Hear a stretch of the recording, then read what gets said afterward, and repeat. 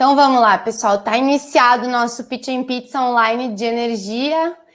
Estou aqui com uma banca que vai se apresentar rapidinho, mas já digo que então, é uma banca representativa no segmento e no setor. Então a gente vai falar hoje, como todos sabem, né, de energia. É nosso Pitch and Pizza online. É uma ação que a Liga vem tendo desde esse contexto que a gente está vivendo, de pandemia. Enfim, a gente costumava fazer esses eventos presenciais para ter bastante networking, mas eu tenho certeza que a experiência de vocês não vai ficar prejudicada, porque a gente está fazendo de tudo para que essa experiência seja tão incrível quanto era o presencial. Então, nós temos uma planilha de networking, já deixem seus LinkedIn, seu nome, para depois a gente conseguir trocar bastante ideias sobre isso, né? Então, eu queria agradecer principalmente quem já está aí no chat, já está interagindo com a gente, os nossos pitchers que vão vir em seguida e a nossa banca aqui.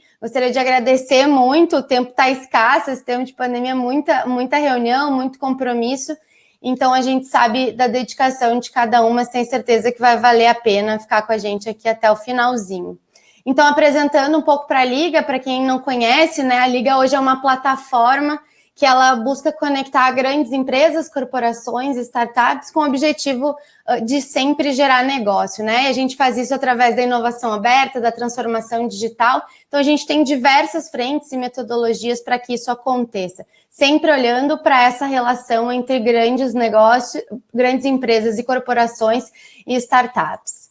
Aqui um pouquinho dos nossos clientes, né? Alguns grandes clientes que a gente já trabalhou, e aí estão clientes que a gente trabalhou tanto em programas de aceleração, que são programas mais densos, que demoram 4 meses co-criando projetos, corporações e startups, até quem participou do Liga Insights, por exemplo, que a gente tem estudos exclusivos e inéditos, conteúdos extremamente técnicos sobre aquelas áreas, e a gente tem a participação de vários especialistas de mercado. Além disso, como esse Pitch and Pizza, a gente tem o Pitch and Pizza in Company, né, que é realizado dentro das empresas, ou seja, para promover e levar, sensibilizar os colaboradores com essa cultura da inovação aberta. Então, a gente leva uma linguagem mais dinâmica, uma linguagem de startup para dentro das grandes empresas, e mesmo assim a gente ainda apresenta soluções para resolver os problemas que elas nos colocam, né? Então, um evento bem parecido com esse, que a gente fazia presencialmente, mas a gente já fez online, inclusive, com o Banco Carrefour e alguns outros clientes. Então, a Liga oferece diversos serviços, desde o início dessa jornada de inovação aberta, até quem já está mais à frente nesse processo, já quer investir, quer apoiar, enfim, quer co-desenvolver projetos. Então, se interessa esse assunto de inovação aberta, se é um assunto que a gente sabe está muito na boca das pessoas, mas quer entender um pouquinho melhor, saber mais sobre isso, fica aqui o convite da Liga para participar do Liga Open Innovation Summit, né? Ele vai ser um dos principais eventos sobre inovação aberta do Brasil, e a melhor notícia, ele vai ser totalmente online, 100% gratuito e aberto. Então, acessem o site que vai aparecer no chat para vocês e não percam essa oportunidade. Tem palestrantes sensacionais, internacionais, com grande relevância no assunto. Então, voltando ao nosso evento aqui, hoje nós vamos falar, sim, de energia, principalmente de soluções inovadoras nesse setor, né? Então, vamos lá. O Pitch and Pizza, como eu falei antes, ele acontecia presencialmente e ele vai acontecer online. Então, só para as pessoas entenderem um pouquinho de como isso vai acontecer aqui, ele é um evento que acontece com a apresentação das startups, há uma interação com a banca, que são de corporações, e depois o que a gente faz? A gente divide ali um momento pizza, cerveja, chopp, que hoje a gente, infelizmente, não vai conseguir proporcionar. A pizza talvez a gente consiga proporcionar para algumas pessoas, mas a gente não vai conseguir proporcionar tão intenso. Então, participem pelo chat, coloquem a cidade de vocês, a empresa que vocês estão falando, que vocês trabalham, enfim, e principalmente, né, qual o envolvimento de vocês com esse setor, se vocês são só entusiastas, estão querendo saber mais, já trabalham com isso, que para a gente é muito interessante. Então, falando desse Pitch in Pizza, aqui nós teremos 4 startups apresentando soluções. Elas têm 5 minutos de pitch e já aviso aqui que eu vou ser a chata do tempo, então eu que vou ficar cronometrando isso e vou interromper, infelizmente. A gente abre 7 minutos para a nossa banca de especialistas e depois a gente abre 2 minutos para perguntas do chat. Então, enquanto estiverem rolando os pitches deles, não deixem de colocar perguntas no chat, que para a gente é muito importante que vocês participem e tirem dúvidas junto com os empreendedores. Agora, queria passar aqui a palavra e já agradecer de novo, né? Vou agradecer até o final, sem dúvida, mas passar a palavra aqui para a nossa banca, que com certeza vai trazer muita inteligência para esse evento, né? Então, agradecer de novo e já te passo a bola, Júlia, aí representando as mulheres aqui hoje junto comigo, por favor. Boa tarde, pessoal. Meu nome é Júlia, eu sou coordenadora de Pesquisa, Desenvolvimento e Inovação na STT. A STT é uma empresa de geração de energia com uma matriz 100% renovável aqui no Brasil, com a sua sede nos Estados Unidos, enfim, com esse foco de geração de energia em outros países, está presente em mais de 15 países, a gente é grande parceiro da Liga já há bastante tempo, né? Enfim, o logo da S está num dos primeiros slides, não é à toa. A gente é parceiro da Liga nos nossos programas de aceleração de startups desde 2016. Então, é um prazer estar aqui e conhecer sempre novas startups, novos empreendedores e novas soluções. Bacana, obrigada, Júlia, mais uma vez. Imagina. Da Júlia, a gente vai direto para o Marcelo para falar também, se apresentar para a gente, por favor, Marcelo. Boa tarde, pessoal, boa tarde a todos. Bom, eu estou há uns 15 anos, mais ou menos, no setor de energia, né? Já passei por área de engenharia, usinas e agora mais recentemente na área de inovação, né? Atualmente eu sou responsável pela área de estratégia e inovação da Engie Brasil Energia, né? E a Engie Brasil Energia é a maior geradora privada aqui do país, né, com foco em energia renovável também, ok? E vamos lá, né, estamos à disposição aqui. Legal, obrigada, Marcelo, também. Rafael, por favor. Olá, boa tarde a todos. Queria agradecer primeiro o convite da Liga de participar. Eu estou aqui animado para assistir as apresentações das startups. Trabalho na empresa PSR, sou diretor executivo. Estou na empresa mais de 20 anos, é uma empresa com foco em desenvolvimento de sistemas computacionais para o setor elétrico. Atuamos no Brasil e no exterior, estamos em mais de 70 países do mundo. A empresa, além de desenvolver software, também desenvolve estudos de consultoria na área de energia aqui no Brasil. É uma satisfação participar desse evento. Legal, a gente que agradece, sem dúvida, Daniel. Rafael, desculpa, eu estou aqui, o Daniel é o próximo empreendedor a falar, a gente está com um probleminha técnico, parece aqui, mas logo, logo a gente deve resolver e a gente deve ter o Daniel que entrou aqui com a gente antes, né, Júlia? Mas a gente está tentando fazer com que ele se reconecte. Então, enquanto a gente tenta resolver esse probleminha, eu vou apresentar para vocês as startups que vão se apresentar nessa tarde aqui com a gente. A gente começa com a Navarra Tech, passa para Atlas Power, a terceira é a Rio Analytics e a quarta é a Voltbras, tá? Eu só vou ver com o pessoal, não tem, o Daniel ainda não apareceu. Isso, não tá aqui ainda. Então, eu queria passar a bola para vocês, né? Enquanto a gente tenta reconectar eles, eu queria perguntar para vocês, nesse contexto que a gente está vivendo, e daí perguntar para vocês três, Júlia, Marcelo e Rafael, como tem sido trabalhar com esse setor, ou quais impactos desse setor, desse segmento, hoje, que vocês sentiram na empresa de vocês. Se tu puder começar falando, Rafael. Bom, eu acho que as empresas que não estavam ainda na era digital, na virtualização, tiveram que entrar nesse mundo rapidamente para poder dar seguimento. Eu acho que a gente começou a trabalhar, acho que, pelo menos a minha experiência pessoal, sou pai de 2 meninos, é meio tumultuado, mas depois que de algum tempo se acerta, hoje eu tenho o meu cantinho aqui, e nunca trabalhei tanto na minha vida como agora. Eu vou até de madrugada, almoço, olhando para o computador. Eu acho que isso está sendo uma tônica e mudou, porque abriu um pouco a cabeça sobre o que é possível fazer nesses tempos, né? Então, eu acho que está sendo uma experiência interessante essa.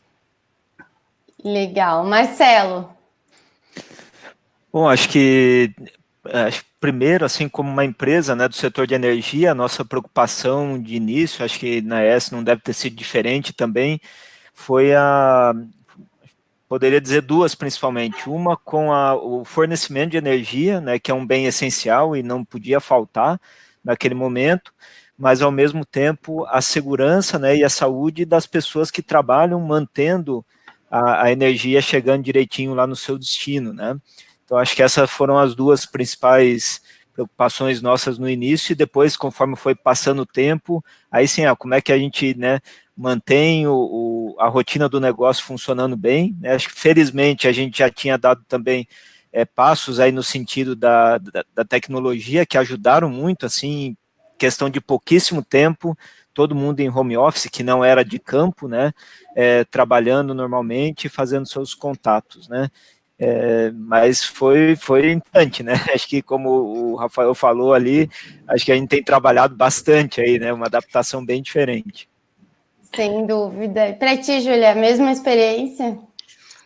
O Marcelo trouxe um ponto importante, né? Quando a gente fala de uma empresa de engenharia, como é o caso das empresas de energia, geração de energia no Brasil, um ponto importante foi realmente a questão da equipe de operação, né? Garantir o fornecimento, garantir a nossa operação em campo, mas a gente também, como o Marcelo mencionou, acho que a gente já tinha também caminhado nessa direção. A equipe administrativa já tinha uma política de home office bastante consolidada dentro da ES, e para a equipe de operação, hoje a ES já faz toda a operação das suas usinas, né, de todas as suas plantas de geração de uma única localidade, situada no interior de São Paulo. Então, a digitalização ajudou muito, enfim, realmente a questão de monitoramento remoto e inovação, como a gente vai falar aqui hoje, foi essencial para a gente manter os negócios e não ter grandes impactos. Legal. Muito bom ouvir a opinião de vocês. É um mercado que, querendo ou não, a gente acompanha, mas na realidade a gente não está tão próximo, né? Então, são experiências bem, bem diferentes. Eu vou fazer um convite, então a gente está falando de inovação aqui, adaptação, mas a gente vai ter um evento que vai abordar muito esse tema sobre inovação aberta, transformação digital, com grandes nomes, essas grandes corporações que já fizeram trabalho com a Liga. Então, a gente vai deixar o link aqui do lado. Então, por favor, quem quiser se inscrever, é 100% online, gratuito, aberto, com são 2 dias intensos, então vai ter uma programação incrível para todo mundo e para todos os segmentos, né? Mas perguntar para vocês, gente, como que vai ser a retomada? Se vocês já têm esse plano de retomada, de voltar, já que a gente estava falando, né, da adaptação a esse período, se vocês já estão vendo retomar, como que vocês estão sentindo, se vocês já estão parcialmente presencial, enfim, como que vocês estão vendo esse movimento do mercado? Pode começar, acho que com o Marcelo agora. Opa, vamos lá, Lana. Bom, a parte operacional, como eu comentei, a gente não parou, né? A gente reduziu o ritmo, de repente algumas coisas que poderiam ser reprogramadas, né, foram postergadas um pouquinho, mas ela não parou, né? E agora, mais na parte da administração da empresa, dos negócios, a própria sede, a gente vem planejando uma retomada gradual. Acho que o conhecimento de todos, né, com relação à pandemia foi aumentando, as técnicas de prevenção, até em termos de equipamento e tudo foi avançando, né, de maneira que nos permite gradualmente ir retornando ali com segurança, né? Mas isso está sendo feito analisando local por local, né? A gente tem plantas no Brasil inteiro, o Brasil é continental, cada local está numa fase diferente, né? Então isso está sendo pensado com muito cuidado e dando um passo de cada vez, né? Enfim, em resumo, isso. Legal, só deixa eu aproveitar enquanto eu passo a bola aqui, ver se o Vinícius caiu de novo. Então, passar direto para o Rafael. Nós fechamos o escritório e a discussão que nós estamos tendo lá, está todo mundo trabalhando remoto, muito bem, nós temos uma dinâmica de trabalho nos grupos, coordenando os projetos, e eu acho que a empresa está funcionando muito bem, mas o escritório está fechado, acompanhando aí a evolução nós estamos aqui baseados no Rio de Janeiro, e estamos aguardando ficar mais seguro e mais definitiva a situação para poder voltar com segurança. Nós estamos nesse ponto agora. Discutindo a volta já, mas ainda não implementando ela. Legal. Entrou alguém aqui na sala também, obrigada, viu, Rafael? Quem tá no nome de convidado e tá sem câmera. Eu consigo saber quem é ou não? Acho que não. Enquanto a gente vai vendo isso, Júlia, por favor.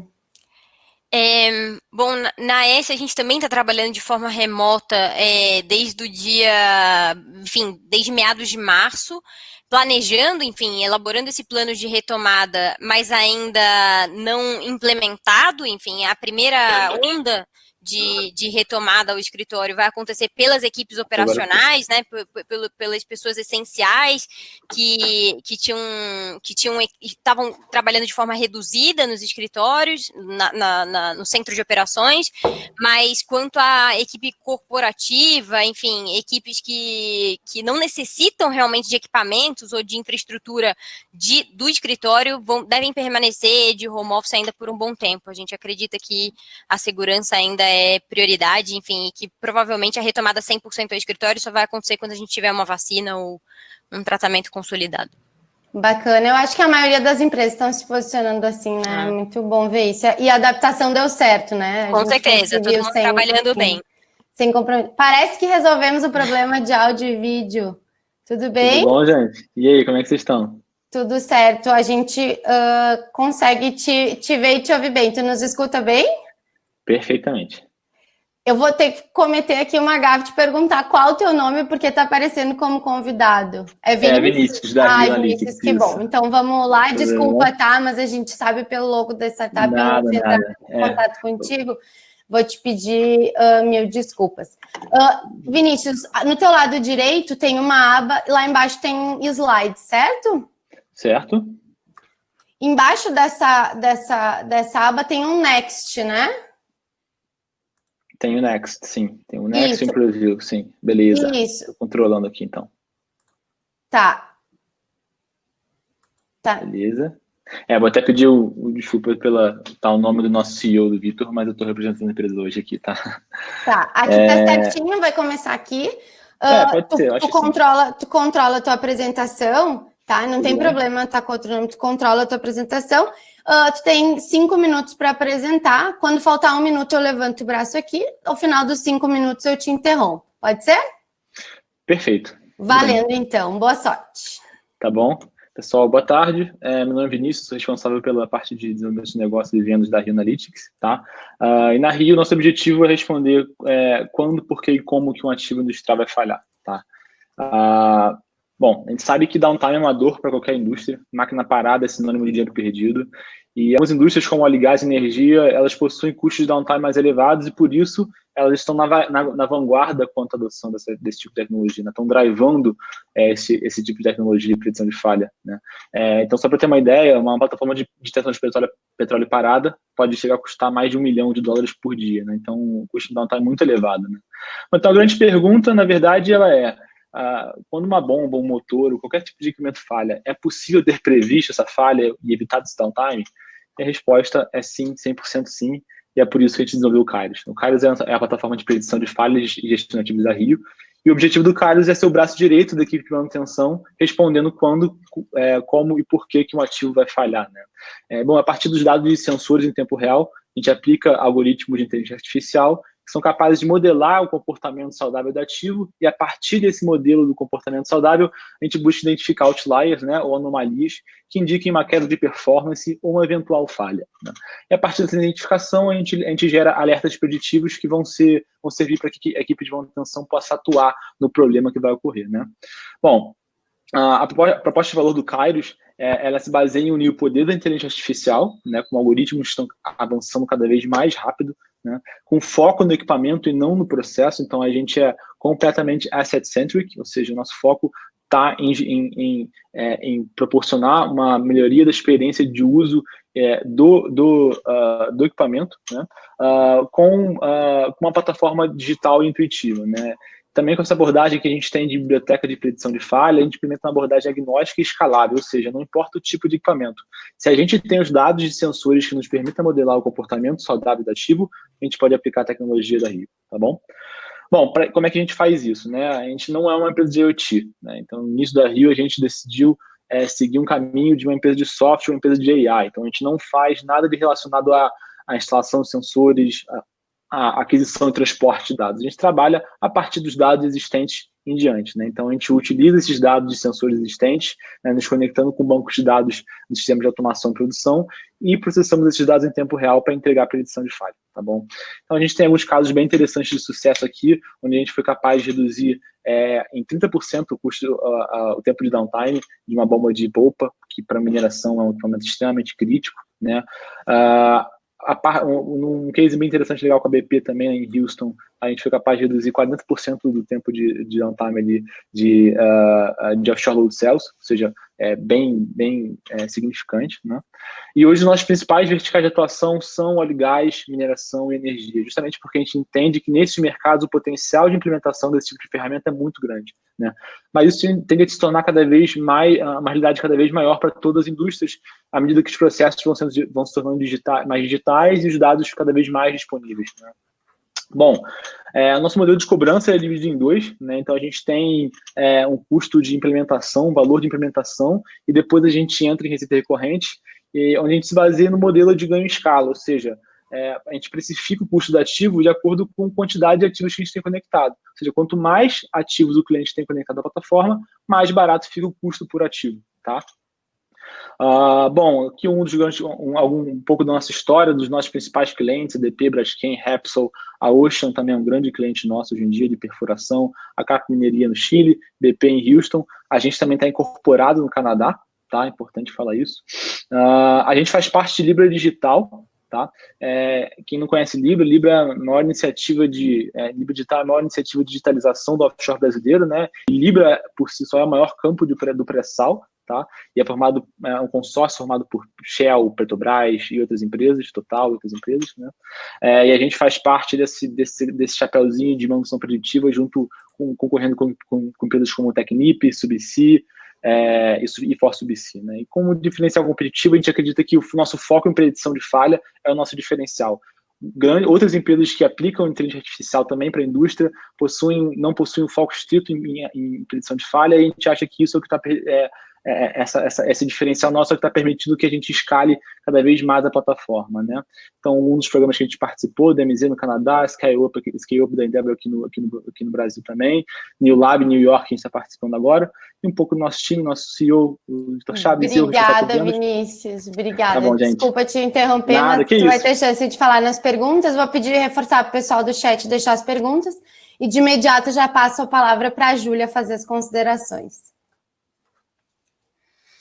Bom, parabéns pela apresentação, conheço o trabalho da Rio, já conversamos bastante, e parabéns pela solução. Eu acho que vocês identificaram um nicho bastante de grande potencial e realmente uma dor que a gente vive em algumas dessas indústrias. Eu acho que no Brasil grande parte das indústrias ainda tem uma longa jornada pela frente aí nessa questão de digitalização, uso dos dados de uma maneira preditiva e não vivendo de apagar incêndios, né?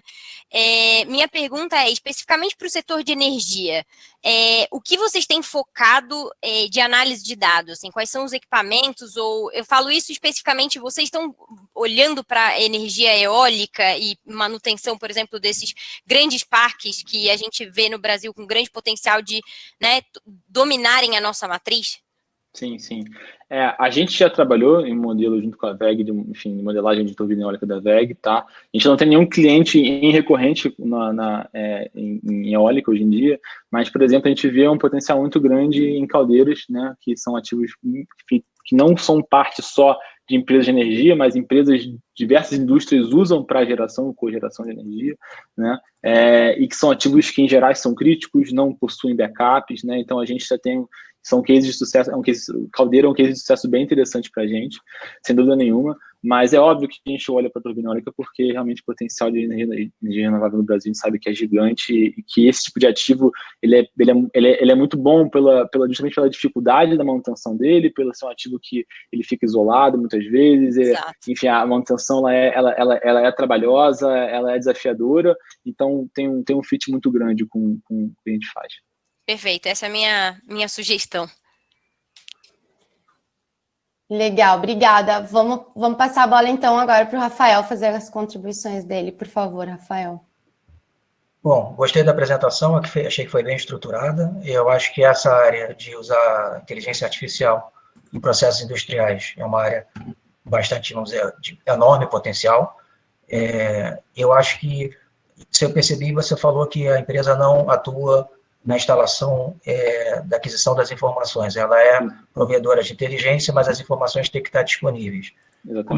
Uma primeira pergunta é como é que vocês avaliam se aquela empresa está em condições de receber a inteligência artificial a partir dos dados que lá estão? Existe uma fase de diagnóstico para isso? A segunda... Bom, vamos começar por essa. Vamos lá. Não, perdão, te interrompi. Faz as duas aqui, depois eu respondo na sequência. A segunda era, você trouxe alguns ganhos, e eu estava pensando assim, como é que se medem esses ganhos, né? Se você tiver uma janela de tempo grande, e você tiver, olha, o histórico dessa empresa, que tem muitos equipamentos por muito tempo, era esse. E depois que nós entramos, depois de muitos equipamentos, muito tempo, é aquele, você consegue medir. Agora, eu pensando aqui alto, agora você diz, eu tive 30% aqui de ganho, 40% lá, eu queria que você se aprofundasse um pouquinho mais nos ganhos apresentados. Por favor. Tá bom. Em primeiro lugar, em relação à maturidade dos dados, né? Assim, a gente sempre avalia, isso é uma coisa que a gente avalia na hora de a gente dar um go ou no go para um cliente, quando a gente faz uma prospecção, e a gente, enfim, naquele momento de aproximação com o cliente, a gente tenta sempre entender onde que ele está em termos de maturidade de dado, né? Porque, enfim, por mais que o cliente, às vezes, o sensor existe, mas o dado fica enclausurado no ativo, né? Então, isso é muito normal e o cliente não tem uma estrutura de transporte de dados que permita que a gente leve esse dado a uma plataforma de nuvem para poder trabalhar da forma que a gente faz, né? Então, a gente faz algumas perguntas para avaliar esse grau de maturidade e, basicamente, a gente precisa de duas coisas, né? A gente precisa de qualidade de dado, né? E uma frequência de aquisição seja compatível com a necessidade de um algoritmo de inteligência artificial, né? Então, não adianta nada eu aquisitar um dado por dia, um valor de sensor por dia, um valor por hora. Tem que estar na casa dos segundos, pelo menos, para conseguir implementar a nossa tecnologia. Tá? Então, isso é um must-have para a gente poder seguir em frente, não tem que fazer. E quando o cliente não tem, a gente acaba suportando eles, indicando parceiros, empresas, startups de IoT, ou então empresas de integradores de sistema, que vão poder ajudar eles a avançar um pouco mais nessa maturidade, para que, enfim, não só a gente, mas outras empresas que trabalham com dado, com data science, possam ser fornecedores dessas empresas, né? E em relação a essas métricas que você perguntou, né? Sim, é desafiador um pouco entender um pouco elas, mas nos dois casos que eu mostrei ali, a facilidade de a gente medir um pouco disso, ter desse feedback do cliente de um tempo, uma redução média ali de 40%, 30%, porque são ativos que falham muito, são ativos que param muito, que estão sempre parando, que estão sempre... Então, justamente quando a gente faz essa abordagem com o cliente, a gente sempre pergunta qual é a sua maior dor hoje, qual é o ativo que se parar hoje, que causa maior dor para você. Então, assim, ao implementar a ferramenta, quando a gente fala predição de falha, né, eu não estou só falando predição de falha, o ativo falhar, é um termo guarda-chuva para a predição de queda de performance, por exemplo, né? Porque o ativo não está mais performando como ele estava performando há um mês atrás, se as entradas são iguais, por exemplo, né? Então, isso acaba também trazendo um pouco mais para a gente uma forma de medir, né, esse ganho de disponibilidade, né, também de eficiência, né? Mas basicamente esses valores que a gente chegou são valores que, enfim, a equipe aqui a gente acaba projetando, né? Um pouco isso, mas que são relacionados ao fato de que são ativos que realmente falham muito e que a gente teve um grau, uma melhora no histórico recente de disponibilidade bem considerável. Legal, obrigada, Rafael. Marcelo, contigo, por favor. Opa. Boa tarde, Vinícius. Parabéns aí pela apresentação, bem jóia, bem legal, bem rápida, né? Eu vou tomar a liberdade aqui de, né, fazer uma pergunta, mas antes dar um pitaco aqui, né? Acho que serve para isso também o canal, né? A Júlia citou ali o modelo de negócio das eólicas, né? E, assim, muitas empresas, né, elas optam por trabalhar elas são as investidoras ali, mas não são elas que fazem o OIM das plantas de eólica, né? Então, daqui a pouco vocês têm 2 campos, 2 modelos de negócio para trabalhar, né? Ou diretamente ou diretamente com o empreendedor ali, com o investidor, né? Ou com o fabricante do parque eólico que está fornecendo o OIM, né? De repente, ele sendo mais eficiente, ele pode aumentar a margem do contrato dele ali de OIM e até eventualmente oferecer uma competitividade maior ali na hora de fornecer os serviços dele, né? Mas, enfim, agora a minha pergunta era mais relacionada à segurança cibernética, né? Sempre quando a gente tem, né, monitoramento à distância, entra lá, acesso aos equipamentos da planta, né? Como que vocês trabalham, né? Como que vocês enxergam, enfim, como que vocês se preparam aí para fornecer essa segurança aí, cibernética para as empresas? Legal. Ótima pergunta, Marcelo. Eu só vou avisar que eu não estou vendo mais nada, tá? Tá girando aqui, mas eu estou te ouvindo, tá, Vinícius? Tá bom. Tá aparecendo uma tela preta para mim aqui virando. Deixa eu comentar aqui um pouco antes sobre esse seu comentário também em relação aos OEMs. Faz super sentido isso, a gente está buscando isso também. A questão é que muitas vezes os OEMs eles querem ser os detentores da tecnologia, né? Então, assim, eles querem... O OEM que fabrica a turbina, ele quer que a tecnologia de predição de falha seja dele, né? E isso desvirtua um pouco o nosso propósito, porque o nosso objetivo é ser agnóstico nesse ponto também, porque não faz muito sentido, se eu fabrico o equipamento, eu fazer a predição de falha dele, porque acaba perdendo um pouco de enfim, confiabilidade na decisão. A gente tem histórico, inclusive, na indústria de fabricantes grandes, não vale a pena mencionar o nome, de que sistemas de predição de falha falharam, né? E o fabricante sabia, né? Porque ele não apontou aquilo porque era uma falha estrutural do equipamento dele, no caso era uma turbina. Então, isso foi um caso que foi emblemático e que trouxe para a gente essa percepção, opa, é interessante a gente trabalhar via canais, etc., diversificar, mas, ao mesmo tempo, é interessante que eu seja uma empresa que vá fazer predição de falha de ativo de terceiros e que eu não tenho nada a ganhar com isso, né? Então, assim, de novo, acho que a parte do OEM, eles querem ser cada vez mais detentores da tecnologia, nesse caso, e é um caso a caso, e no caso da eólica é um pouco desafiador, eu acho, uma diferença um pouco disso. Em relação à cibersegurança, é muito legal você falar isso. Hoje, por exemplo, eu tive uma planta em um cliente e a gente estava desenhando ali como é que vai ser a estruturação dos dados. E, em geral, o que a gente faz, né? A gente tem sempre uma conversa muito, muito ampla e muito aberta e transparente com a equipe de TA e TI, né? De automação e de TI, né? Então, assim, a gente tem que chegar num consenso ali de como fazer isso, porque a gente entende que a segurança do dado é importante, mas que se algumas barreiras forem impostas, isso vai dificultar a nossa tecnologia ser implementada, né? Então, o que a gente faz, em geral, é segmentar ao máximo, e, em geral, é pegar um banco de dados específico para o projeto. A gente não acessa banco de dados corporativo, a gente não acessa banco de dados de produção, né? E, com isso, também, cada empresa, cada equipe de TI vai ter tem as suas formas enfim, de montar ali uma segurança específica para a necessidade deles, né? A gente, enfim, a gente tem as nossas seguranças em relação aos dados que a gente armazena do cliente. Então, tem a nossa parte e tem a do cliente, né? E é muito caso a caso, Marcelo, é muito caso a caso. Às vezes é um pouco complexo, às vezes é mais fácil, mas, em geral, a gente consegue conversando bem, principalmente com o TI, resolver isso, chegar num consenso, né, onde todo mundo está satisfeito, todo mundo está confortável com a segurança dos dados, tá?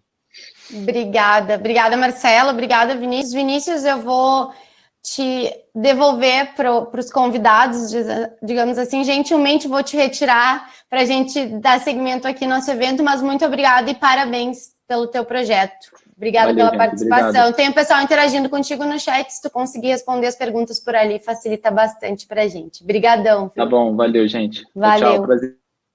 Diogo, tu nos escuta? Sim, escuto. Agora a gente te escuta e a gente te vê, melhor ainda. Obrigada, Diogo. Ali na tua barra à tua direita, tem um botãozinho que chama Slides ali, né? Tá, ok. Se tu clicar... Ali vai estar embaixo, vai ter tua apresentação, vai ter Next, certo? Ok, tô vendo Por agora. ali que tu vai controlar a tua apresentação, tá? Tu Perfeito. tem 5 minutos para apresentar e depois a gente abre para as perguntas. 5 minutos começam agora. Boa sorte. Ok, obrigado. Então, boa tarde a todos. Meu nome é Diogo Seixas e a nossa startup se chama Atlas Power. A gente é composto por um time de 3 engenheiros, tá? Eu sou formado em engenharia de produção, o Vicenzo, que é engenheiro de controle e automação, e o Gabriel, que é engenheiro eletrônico. Nós 3 nos formamos aqui na Universidade Federal de Santa Catarina, em Florianópolis. A Atlas Power nasceu da nossa expertise em baterias, veículos elétricos, energia solar e sustentabilidade, tá? Cada um tem uma formação diferente, mas a gente se complementou e buscou montar um negócio, porque a gente começou a perceber que já tinha uma demanda para armazenamento de energia, mas faltavam opções para a realidade brasileira. Então, nosso propósito é justamente acelerar a adoção dessas baterias aqui no Brasil, criando soluções mais viáveis e sustentáveis. A primeira coisa que a gente fez foi desenvolver o nosso hardware, que é o BMS, que é o Battery Management System. Então, esse hardware é todo proprietário, tanto o hardware quanto o software. Foi tudo desenvolvido por nós. É esse sistema, essa caixinha preta, que garante uma operação segura das baterias e aumenta a eficiência e longevidade do sistema e pode ser customizado para diferentes usos, tanto para armazenamento estacionário quanto mobilidade elétrica. Nossa primeira aplicação foi o Atlas Power Box, foi um protótipo que a gente colocou no Salão do Automóvel de 2018, que é essa foto que você está vendo aí no cantinho, que foi um projeto com a Nissan, que depois eu vou explicar mais à frente, e agora a gente iniciou um piloto com a EDP e o Fotovoltaica UFSC, que é um laboratório aqui de Florianópolis, na questão de arbitragem tarifária ou deslocamento de consumo horário, digamos assim. Em breve, a gente vai incorporar também a aplicação de corte de pico de demanda, é uma coisa que a gente ainda está em desenvolvimento, e a gente está desenvolvendo um sistema de V2G, V2H, que é Vehicle to Grid ou Vehicle to Home, que vai permitir o fluxo bidirecional de energia entre a nossa bateria estacionária e a bateria tracionária do veículo. Vou falar um pouco mais sobre isso mais à frente. Então, o primeiro projeto foi com a Nissan Motos do Brasil. Foi um projeto que surgiu com o propósito de baterias de segunda vida, ou seja, mostrar que as baterias de um veículo elétrico, elas podem ser utilizadas depois da primeira vida dela no veículo. Isso foi feito em 2018, foi um sistema de 15 kWh de backup, de reserva de energia, que a gente fez para o stand da Nissan, onde ali foi a primeira aplicação, o primeiro uso do nosso BMS que a gente desenvolveu aqui. Em segundo lugar, a gente fez um projeto ano passado com a Araxá Solar, na feira Intersolar, de energia solar. Lá a gente também utilizou essas mesmas baterias do Nissan Leaf, que foi da primeira frota de Nissan Leaf que tinha vindo para o Brasil lá em 2012. E ali foi feito um sistema de armazenamento de 10 kWh para o stand da Araxá, para demonstrar ali a iluminação, a televisão, enfim, uma parte do stand era alimentado pelas baterias, e mesmo que viesse a faltar energia ali no salão onde era, poderia continuar funcionando apenas com as baterias. Agora, esse ano, a gente está desenvolvendo, então, esse projeto piloto com a EDP, também vai ser feito com baterias de segunda vida, o nosso BMS Atlas Power, e dessa vez vai ser uma prova de conceito de arbitragem tarifária e deslocamento de consumo, de carga horária, onde a gente vai carregar essas baterias de madrugada, que o laboratório tem energia bem mais barata, fora ponta, e vai utilizar, então, essa energia que está armazenada nas baterias para carregar um veículo elétrico no horário de ponta. Além disso, a gente teve algumas aplicações, como eu falei, de mobilidade elétrica. Então, a Ampere é o time de fórmula elétrica, digamos assim, da universidade, dos times de engenharia da universidade aqui. A gente colocou o nosso BMS no carro deles, fez toda a integração do sistema, e eles atingiram ano passado o 4º lugar no mundial, tá? A gente está participando do projeto da Randon, da carreta rodoviária híbrida, onde a gente configura o BMS para eles, modela a bateria, e está fazendo toda a parte de prototipagem e teste junto com eles, junto com o time de engenharia deles. E a Mobilis é uma outra startup aqui de Florianópolis, que, como eu falei, vai ser o nosso primeiro projeto de V2G, V2H, tá? A gente vai utilizar o carro deles, que é um veículo elétrico de vizinhança para condomínios, quer seja residenciais, logísticos, enfim, empresariais, onde a gente vai permitir que a energia que está armazenada na bateria deste veículo seja, então, alimentada para a bateria que está na construção fixa, que pode ser uma residência, um comércio, um galpão logístico ou algo do tipo, tá? Isso aí vai ser, obviamente, utilizando o nosso BMS, e o carro já é um carro que a gente ajudou nessa parte de BMS e bateria também. Esse ano, então, a gente participou do programa Starter Business Acceleration, que é um programa global da EDP. A gente, dentre 820 inscritas, a gente foi uma das finalistas, e é daí que nasceu esse projeto piloto que a gente está fazendo junto com eles aqui em Florianópolis. Além disso, a gente teve em 2018 o Inovativa Brasil, que a gente participou, Sinapse da Inovação em 2019 e este ano 2020. E a gente faz parte também da CAT, que é a Associação Catarinense de Tecnologia, que é o ecossistema de startups aqui de Santa Catarina, onde a gente participou do MidTech Start Lab, que é um programa de incubação, e a gente é bem ativo. Obrigada, Diogo. E esse é o último slide. Que teu Esse é o último slide, acabou. Teu tempo terminou. Obrigada. Agora fazer... Para as considerações, vou fazer o caminho inverso, começar com o Marcelo, por favor, Marcelo.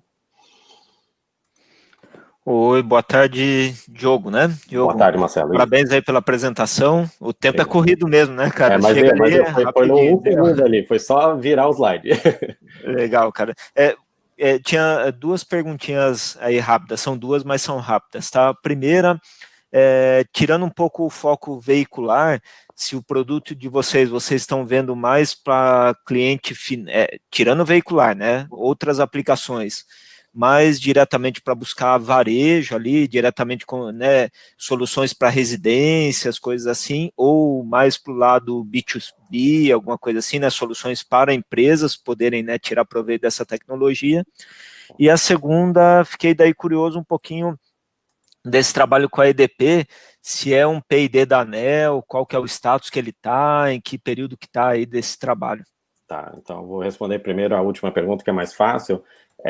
Como esse é um projeto ainda que está em andamento, a gente não tem permissão de divulgar muita coisa a respeito do projeto. O que eu posso te adiantar é que não é P&D ANEEL, é uma coisa específica desse programa da EDP, não tem nada a ver com a ANEEL, é um P&D próprio da empresa, tá? Com relação ao que você perguntou, se a gente está vendo mais B2B ou B2C, a gente está vendo mais demanda no momento no B2B mesmo. Então, a gente tem tido uma procura este ano de 2020, tá? Até 2 anos, nos últimos 2 anos, 2018, 2019, a gente não via muito, mas esse ano 2020 que começou a surgir uma demanda maior da parte de concessionárias de energia ou de alguns players do setor nos procurando para entender melhor como que a gente pode desenvolver aplicações com baterias para storage, né, de energy storage aí. Então a gente está vendo que o B2B já está bem mais maduro para esse tipo de solução. Eu, pessoalmente, vejo muito mercado no B2C, mas eu não acho que esteja maduro ainda no Brasil para isso, tá? A gente tem dentro da nossa startup já um protótipo do que seria B2C, que está na casa de um dos sócios, onde a gente já está testando, desenvolvendo, aprimorando, e a gente pretende lançar isso, de repente, daqui a 1 ou 2 anos, mas no momento a gente está vendo mais mercado no B2B. É pouco sinal econômico, ainda mais vai mudar, né? Daqui a pouquinho vai mudar. Legal, obrigado, Vinícius. Diogo, desculpa. Diogo. Obrigada, Marcelo, obrigado, Diogo. Passar, então, o caminho inverso para o Rafael fazer a pergunta agora. Bom, Diogo, obrigado pela apresentação, eu achei interessante. Observando a sua apresentação, eu percebi 2 atividades assim, da empresa. Uma, talvez sejam as origens da empresa, é você pegar a bateria que para um veículo elétrico talvez já não interesse, e aí você faz o tal da segunda vida, porque ela, para aplicações estacionárias, ainda tem muito valor. A minha primeira pergunta como é que você tem acesso a... Bom, primeiro, no Brasil, veículos elétricos ainda é um processo ainda que está se iniciando, e você imaginar que a bateria de um veículo elétrico já chegou ao seu fim, no timing de Brasil, talvez estejamos falando de uma coisa muito mais à frente. No final, você falar da EDP, bom, na EDP, a Europa já está um pouco mais à frente, talvez por aí eles possam iniciar, mas em termos de timing, me parece que você está com um primeiro problema, que é um problema que vai ser importante, mas não para agora. Então, como é que você sobrevive até esse futuro chegar? É a primeira pergunta que eu tenho. A segunda atividade, essa me parece que tem muitas aplicações, é se vocês tiverem um sistema inteligente de gestão de baterias, que podem ter vários usos, como você mostrou aqui. Entre elas, a arbitragem, entre esses usos, a arbitragem no próprio setor elétrico. E aí, você fica agnóstico, eu percebo, em relação à bateria. Quer dizer, tem aí os diversos atores usando baterias, e você fica ali no sistema de gestão dessas baterias de acordo com a inteligência do negócio. É para cortar carga, ponta, é para fazer economia para o consumidor final em relação a preços horários, que vai acontecer no momento no Brasil. E aí você fica... Eu acho que esse já tem muito mais horizonte. Eu queria que você comentasse um pouco sobre essa minha visão, se você concorda com ela, ou se você tem uma leitura diferente esses dois negócios que parecem estar misturados num só. Então, vamos lá. Eu concordo com tudo que você falou. A gente nasceu nesse primeiro, quando eu digo nasceu, né, o CNPJ nasceu por causa desse primeiro projeto com a Nissan, tá? Onde era um projeto de segunda vida de baterias. Então, sim, teve tudo a ver e teve uma influência direta no começo da empresa, mas ao mesmo tempo, naquele momento, a gente já sabia que aquilo não era o presente, aquilo era uma solução que a gente estava desenvolvendo para um problema do futuro, ou seja, o mercado no Brasil de segunda vida só vai ter daqui a 10 anos, tá? Então, essas baterias duram, na sua primeira vida, de 8 a 12 anos com a tecnologia atual de baterias, tá? As que estão por vir vão durar mais ainda. Então, enfim, a nossa frota é pequena, a gente não ia nunca conseguir sobreviver só de baterias de segunda vida. Então, com isso, a gente fez uma pivotagem, digamos assim, onde a gente buscou outras fontes de receita para amadurecer junto com o mercado. Então, assim, a bateria de primeira vida é, obviamente, a única opção que a gente tem hoje, então tem que ser baterias novas, elas vêm na sua maioria da China, Coreia do Sul, Japão, porque a gente ainda não tem também produção local aqui no Brasil, certo? O que a gente tem da BYD hoje, que inaugurou na Zona Franca de Manaus mês passado, não é a fabricação das células, é a montagem dos módulos, né? As células ainda não temos no Brasil. Enfim, então a gente percebeu que a gente ia ter que utilizar baterias de primeira vida, gostando ou não, né? E a gente também percebeu que ia ter que buscar qual era o melhor market fit, né? Qual era exatamente o mercado que estava demandando soluções de armazenamento de energia. E aí é onde eu falei na resposta anterior que era o B2B, e por B2B, falando de aplicações, é exatamente o que você falou. A gente vê principalmente 2 mercados que já nos procuram. Um deles é essa parte de Energy Time Shift, então, ou seja, deslocar a carga, deslocar o consumo para os horários mais baratos, porque isso faz sentido econômico, e a outra é a questão de peak shaving, de corte de pico de demanda, porque isso também faz sentido econômico, eles podem mudar o contrato de demanda que eles têm, as empresas, no caso, né? Então, a gente já vê essa demanda e a gente já está desenvolvendo solução para isso. A gente não tem nenhum sistema instalado que faça isso, justamente essa primeira POC que a gente está fazendo com a EDP é para demonstrar a habilidade do nosso hardware e software em fazer isso. Não faz diferença para a gente qual é a marca da bateria, então nesse sentido sim, é completamente agnóstico, porque o nosso sistema é proprietário, a gente conecta ele na bateria e ali faz toda a leitura dos dados que a gente precisa, envia isso para a nuvem, a gente consegue fazer toda a gestão remota disso e a gente consegue acompanhar o desempenho da bateria, os índices, as variáveis que são importantes para a gente avaliar na bateria, e consegue, inclusive, a partir dali, fazer qualquer tipo de diagnóstico preditivo, manutenções preventivas e por aí vai. Então, a gente consegue fazer toda a gestão da bateria para o cliente a partir do nosso hardware e software instalado ali nas baterias.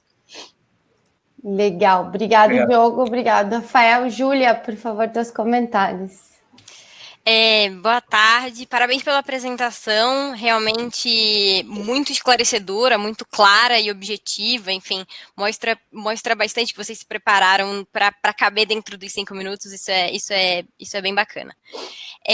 Eu acho que a minha dúvida na sua apresentação, ela em parte foi explorada pela banca já. A minha pergunta é bastante objetiva. O que vocês imaginam de modelo de negócio para vocês no futuro? Já entendemos aqui que existe um mercado atual, existe uma preparação para o mercado futuro, mas o que no sonho de vocês seria o melhor modelo de negócio? Vocês se imaginam uma empresa de venda de hardware, fornecedora de equipamento para montagem de bateria por uma grande empresa, ou vocês se imaginam uma empresa de solução turnkey para armazenamento, arbitragem, em que você vai trazer a economia para o cliente, ou a desobstrução do grid, enfim, melhor operação do grid? Qual é o sonho de vocês quanto ao modelo de negócio? Tá, legal, vamos lá. Então, nosso sonho de modelo de negócio é exatamente a última solução que você falou de turnkey, tá? A gente sonha num mercado onde a gente vai ser o player de Battery Storage as a Service, tá? Ou Energy Storage as a Service. A gente vai ser responsável por toda a parte, desde o dimensionamento, a parte de engenharia do sistema, até a implementação, instalação, operação, manutenção e gestão dessas baterias. A gente já percebeu que quando a gente fala do cliente final, que são indústrias, comércios, galpões, etc., o usuário da energia, ele não é especialista em energia, muito menos em bateria. Mesmo no setor elétrico, a gente percebe que muita gente não entende de bateria ainda, porque é muito novo, é uma tecnologia nova, principalmente no Brasil, certo? Então, a gente quer tirar esse peso dos ombros, das costas dos outros, dos clientes, porque de bateria a gente entende. Então, a gente sabe quão confiável ela é, quão precisa, quão eficiente, quão efetivo é, tá? E aí a gente, então, sendo dono dessa bateria, a gente consegue fazer toda a gestão, a gente consegue garantir, baseado naquelas outras respostas que eu dei anteriormente, garantir que vai ser um fluxo de caixa positivo para o cliente, e desta economia que a gente gera para o cliente é onde a gente retira nosso ganho também. Então, o cliente vai economizar e a gente vai ser remunerado com uma parte dessa economia que o cliente vai ter. E todo o trabalho, todo o estresse de gestão disso seria feito pela nossa empresa. Perfeito, Diogo. Eu acho que essa é a recomendação, eu acho que todos aqui na banca podem pontuar também, mas a gente vê isso como uma tendência no setor elétrico de as a service como a melhor saída e, além de tudo, você reduz o investimento inicial, que hoje em dia ainda é muito alto para alguns clientes, se você está focando no mercado de pequeno e médio comércio, enfim, que eu acho que tende a ser um caminho aí para vocês. Então, essa é a minha recomendação também. Legal, obrigado. Legal, obrigada, Júlia, obrigada, Diogo. Eu vou te devolver para o chat, o pessoal está interagindo bastante contigo para tu conseguir responder as perguntas do pessoal. Obrigada e sucesso, viu? Obrigado. Diogo, tu já está com a gente? Tu consegue nos ouvir? Diogo, acho que... Oi, Diogo. Oi. Oi, pessoal, tudo bem? Aqui é o Daniel, né? É Bernardo. Bernardo, tudo bem? Tudo bem, tudo certo. Tu nos escuta e nos enxerga direitinho, né? Uhum. Tá bom. Na tua aba direita aqui tem uma aba chamada Slides, né? Tem. Tá. Embaixo dela ali, tu tem Next, certo?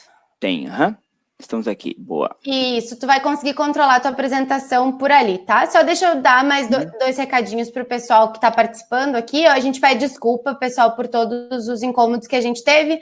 A gente sabe que é difícil quando a gente depende de plataforma, de tecnologia, enfim, mas agradecer quem está até agora com a gente e também falar que a gente tem até o final do pitch agora do Bernardo para as pessoas preencherem o formulário de networking e a gente sortear os cupons de R$15 do iFood. Então, até o final do pitch dele, não deixem de preencher lá para ter uma recompensa aí. E também, quem é startup e quiser participar de um próximo Pitch in Pizza, do seu segmento, do seu setor, entra no site da Liga, tem um iconezinho lá, Pitch in Pizza, clica lá e fala que tem interesse em participar. Quem é corp também, corporações que querem fazer, querem participar, também vai lá e deixa que a Liga vai gostar muito de saber. Bernardo, tu tem 5 minutos para o teu pitch e eles começam agora. Beleza, pessoal. Então, eu sou o Bernardo, da Voltbras. Antes de falar da empresa, da nossa solução, eu vou comentar um pouco do nosso mercado, que é algo que nos perguntam bastante. O mercado de veículos elétricos, como eu estava falando anteriormente, né, na apresentação de Diogo ali, é um mercado ainda bastante no início aqui no Brasil. A gente tem cerca de 20 mil carros elétricos, mas para 2030 há uma previsão para que a gente bata 2 milhões de veículos elétricos, pelo menos. Isso é uma estimativa do Boston Consulting Group, e ela é bem, digamos, conservadora, eu diria. E aí, para isso, a gente vai demandar 400 mil pontos de recarga para esses veículos. E atualmente, a gente tem cerca de 300, 400. Então, a gente está falando que vai sair de 400 atualmente para esses 400 mil em 10 anos.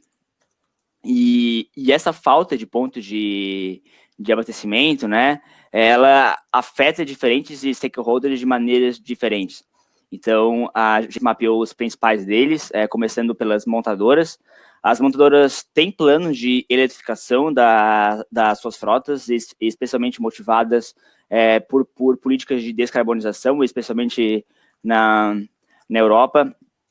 A gente tem os motoristas que, quando compram um carro elétrico, precisam recarregar em algum lugar, precisam saber aonde que eles vão recarregar esses veículos. A gente tem o varejo, que está, aos poucos, migrando cada vez mais para o cross-selling, né, e vem, digamos, nos postos de recarga, uma forma de atrair consumidores para esse estabelecimento, e as empresas do setor elétrico migrando cada vez mais para o serviço, né? E, ao mesmo tempo, vendo os pontos de recarga como unidades consumidoras. né? E aí, pensando nisso, a gente criou uma solução que na verdade são duas frentes, né? Um aplicativo que mostra em tempo real aonde você pode carregar o seu veículo elétrico, digamos, usar o carregador, pagar a energia consumida, e do outro lado, a plataforma de gestão, para os operadores saberem quem que está utilizando o carregador, né, e identificarem esse motorista, fazerem toda a tarifação, né. Então, entrando na parte de funcionalidade, a gente tem no aplicativo um mapa com todos os atropostos ativados, né, e aí você, enquanto motorista, consegue saber em tempo real a disponibilidade deles. E da plataforma de gestão, como eu estava comentando anteriormente, você consegue fazer toda a gestão de uso a nível de usuários, né, saber quem que está utilizando, e configurar a tarifação, configurar o carregador em si, ter dados de manutenção, de operação, né, o próprio carregador fornece uma série de informações e a gente consegue puxar esses dados. E aí, eu trouxe aqui um case nosso que ele exemplifica bem a aplicação do nosso produto, que é a gestão da Rio-São Paulo, né, a Via Dutra. Foi um projeto com a EDP, que contou com a participação, com a parceria da BMW e da Ipiranga. E aí, a gente tem a EDP Smart, né, que é o braço de serviços da EDP, fornecendo energia e gerindo essa rede através da nossa plataforma. A BMW, que agora permite que os seus clientes possam trafegar de uma cidade para outra. E vale lembrar, pessoal, que essa eletrovia não é só para os clientes BMW, né? Mas eu digo que há o interesse da BMW e de outras montadoras que isso aconteça. E a Ipiranga, né, representando aqui a parte do varejo, que tem daí os postos para atrair o pessoal para ir consumir nas AMPMs e nas lojas de conveniência. Então é isso, pessoal. Vou deixar as nossas redes sociais aqui para vocês depois conhecerem um pouco mais da nossa solução, um pouco mais da nossa empresa também. E é isso aí, beleza? Obrigada, Bernardo. Tempo perfeito. Obrigado. Exatos 5 minutos. Parabéns pela tua apresentação. Vamos começar, então, agora pelas perguntas. Vou começar pelo Rafael. Por favor, Rafael, tuas considerações. Obrigado aí pela apresentação. Esse teu aplicação, no final, vocês colocaram um sistema, então, que está ligado a uma infra que já existe, que foi colocada por um outro projeto e que tem a parceria da BMW, EDP, e uma primeira pergunta básica, desculpa o desconhecimento. Claro. Os postos de carregamento, eles têm capacidade para carregar qualquer veículo? Você falou um passant, e não é só BMW, você falou um passant, então eu guardei isso. Boa. E aí isso, obviamente, dá muito mais valor à sua questão. Vamos ver. Depois a gente continua. Não, claro. É uma pergunta bem recorrente, que diz respeito até ao tipo de conector, né? Digamos, se eu tenho um carro BMW, eu posso carregar num eletroposto, sei lá, Porsche, né? A resposta é que no início haviam diversos tipos de conectores e eles estão sendo cada vez convergindo para um padrão. Então, hoje, se eu comprar um carro aqui no Brasil elétrico, provavelmente ele vai vir com esse plug padrão, que é o tipo 2, o europeu. Então, assim, a resposta é sim, digamos. Você comprando um carro de qualquer montador aí, você vai conseguir estar carregando, salvo algumas exceções de carros mais antigos aí, que vinham com um conector mais antigo. Mas isso tende a diminuir, sabe? Posso fazer mais uma, então? Claro. Tem a ver até com uma pergunta que eu fiz na apresentação no pitch anterior. Esse negócio, no Brasil ainda, na Europa a gente ainda vê mais, nos Estados Unidos, mas no Brasil ainda está iniciando, e você está criando um sistema para quando, eu não lembro dos números, mas quando você crescer um fator de 2030 lá. Mil vezes o que tem hoje, que é nada, quase. Então, como é que você sobrevive até isso ser significativo? Boa. Eu acho que timing de mercado é um grande desafio para todas as startups, né? a gente ia encontrar o timing exato e falar assim, putz, é o momento, vamos criar empresa, vamos entrar nesse mercado agora. Apesar de ser um mercado que está ainda, digamos, no início, ele está começando a se iniciar, a gente investiu bastante em produto, em posicionamento, em, digamos, conquistar os primeiros clientes grandes e ir crescendo esse business com esses parceiros grandes. Né? Então, assim, não adianta a gente querer achar que em 2030 você vai criar a empresa e ela vai estar pronta e você vai simplesmente abraçar esse mercado todo. Então, assim, claro que, idealmente, você quer já ter um mercado gigantesco para você atacar, mas uma outra proposta para isso é você crescer com o próprio mercado, assim, né? E a gente tem conseguido crescer bastante, apesar desse mercado está ainda engatinhando, né? Como a gente pode ver, a própria EDP, a CEMIG, a Celeste, a Copel, até a AES também, a própria Engie, aos poucos está investindo nisso, porque as empresas querem se posicionar. Então, apesar de ser um mercado ainda pequeno, ele tem espaço e a Votorantim tem conseguido crescer de forma bem considerável, eu diria. Legal, obrigada. Passar a palavra para a Júlia, por favor. Bernardo, parabéns pela apresentação também. Enfim, fica claro quanto você se preparou para caber dentro dos 5 minutos. Isso não é tarefa fácil, então parabéns pela apresentação. A minha pergunta, ela tinha um pouco a ver com o que o Rafael já mencionou. Qual é o seu modelo, mas a minha pergunta é um pouco mais direta. Qual é o seu modelo de remuneração hoje? Legal. E onde você vê maior mercado potencial, já que eu ia apontar o que o Rafael mencionou, através de um FII pela recarga do veículo elétrico, ainda não deve ser um mercado que se paga, né? Que, enfim, faz o seu negócio crescer. E a minha segunda pergunta é, bom, você tem uma barreira de entrada pequena, relativamente pequena nesse mercado, para uma solução concorrente. Queria saber diretamente qual é o seu diferencial. Boa. Bom, o nosso modelo de negócio é SaaS, né? E para grandes corporações tem um custo de setup, onde a gente faz toda a integração de banco de dados, CRM e tal, né? Então, basicamente, SaaS e um setup. Tá bom. E de diferencial, primeiro, a gente, digamos, tem uma solução muito boa e integrada diretamente nos carregadores. Hoje a gente é indicado pelos principais fabricantes. Então, se for comprar um carregador ABB, por exemplo, é bem possível que a gente vai ser indicado por eles, por ter uma solução boa, uma solução robusta. Em segundo lugar, a gente tem se posicionado, digamos, bem junto a grandes players que vão ter uma grande malha de carregadores, né?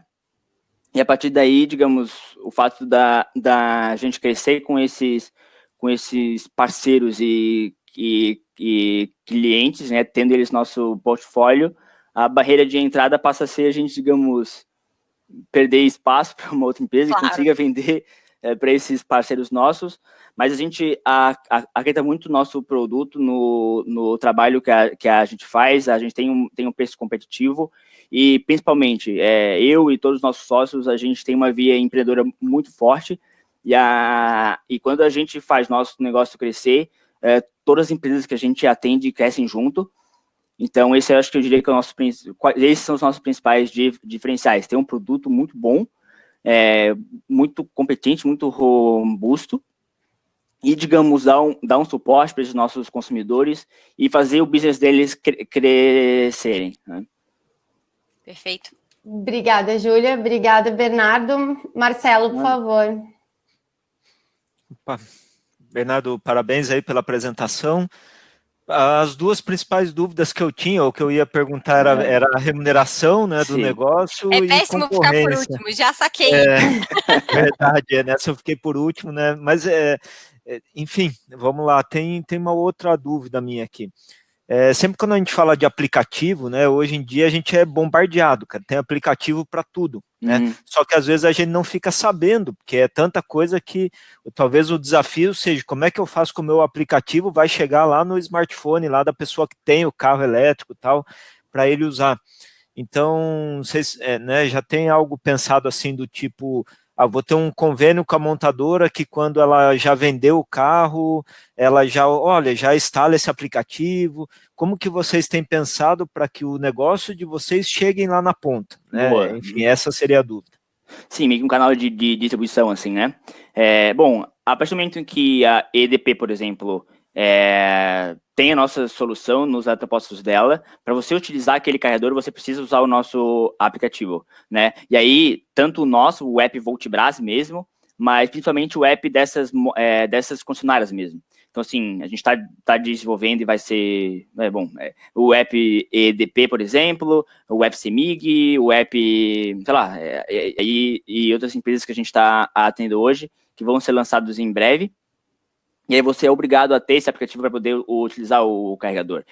Como se fosse o Uber, por exemplo, sabe? O Uber, ou então patinete. Acho que o Uber não é um tão bom exemplo, mas se imagina que você está caminhando, você vê o patinete e você quer usar. Então você tem que baixar o aplicativo, sabe? E para o carro elétrico é a mesma coisa. Você, eu quero carregar o meu carro lá na Via Dutra, você vai ter que baixar o aplicativo, né? Então, assim, o usuário final ele é meio que obrigado a baixar. E não é nem isso, assim, não é questão de ser obrigado. A gente geralmente pensa em algo obrigado como algo ruim, né? Pô, tu tem que baixar o aplicativo. Mas não é isso. É que o eletroposto, ele é autosserviço. Então, para você desbloquear o eletroposto, saber quando você está consumindo, você tem que ter o aplicativo. Tu como motorista, tu quer ter controle, sabe, do que está acontecendo. Fora isso, pensa que tu tem um carro elétrico. Ele demora, sei lá, 1 hora, 30 minutos para carregar. Tu não vai querer chegar num posto de gasolina e ficar lá esperando, né? Assim, pô, cheguei lá, tinha um cara usando o carregador, tive que esperar aqui 1 hora. Então, o aplicativo, ele mostra em tempo real se tu pode chegar lá e carregar, quer dizer, se o eletroposto vai estar disponível ou não. Aí você pode reservar ele, enfim, sabe? Então, tem um ganho muito grande para o usuário final, para o motorista, né? Aí, claro, acho que eu estou respondendo isso mais numa linha de como que o motorista sabe da existência, né? Como que ele fica sabendo que o produto existe. Então, a resposta seria, a partir do momento que ele vê um carregador, que precisa ter esse app, e a partir daí, certamente, ele vai querer ter o aplicativo baixado, porque a usabilidade e os benefícios vão ser muito bons, né? Legal, entendido, perfeito. Nada. Obrigada, Bernardo. Obrigada, Marcelo, mais uma vez. O pessoal está interagindo bastante no chat, então eu vou te botar para lá, tá bom? Mas muito obrigada e parabéns, sucesso. Obrigado, Pedro. Gente, em nome da Liga, eu queria pedir desculpa tanto pelos problemas que a gente teve técnicos no início, quanto agora a entrada do Daniel da Navarra Tech. A gente tentou diversas alternativas e ele não vai conseguir conectar. Mas a gente sempre manda, né, um link depois do vídeo no YouTube, a gente vai incluir, ele vai gravar um vídeo, a gente vai incluir isso na edição e também vai mandar os contatos dele no e-mail que vai com a avaliação do evento e o link para o YouTube, tá? Queria, em nome da Liga, pedir várias vezes desculpa aqui, mas infelizmente a gente depende da tecnologia, mas o nosso time que está por trás aí tentou de tudo e fica aqui também o meu agradecimento enquanto mediadora, a cara da Liga no evento, para toda essa equipe que está por trás e fez realmente um trabalho fantástico. Valeu, pessoal, todo mundo que está aí nos ajudando. A gente, então, agora ficou com o fim do evento, né? Nos encaminhamos para o final do evento. Eu queria mais uma vez agradecer imensamente a banca e me desculpar com vocês também, pessoal.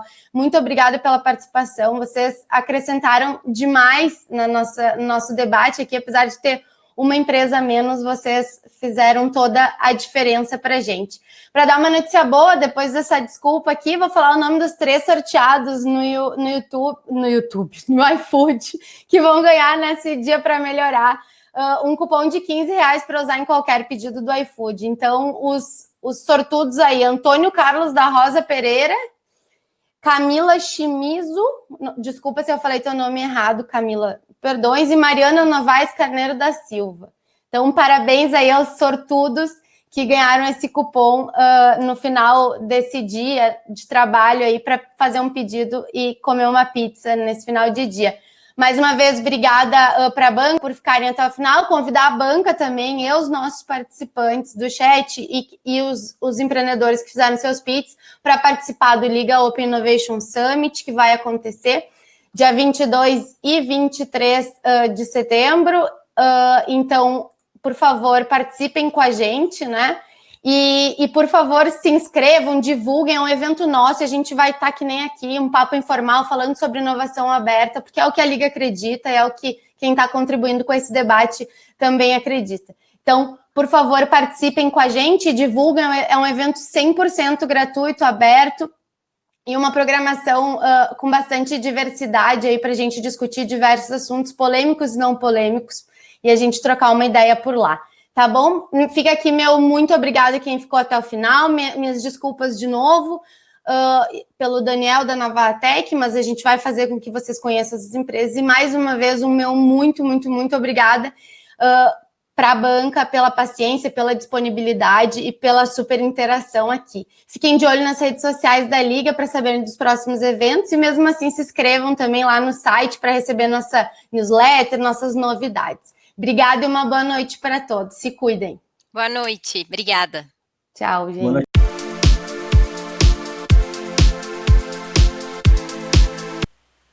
Muito boa tarde, pessoal.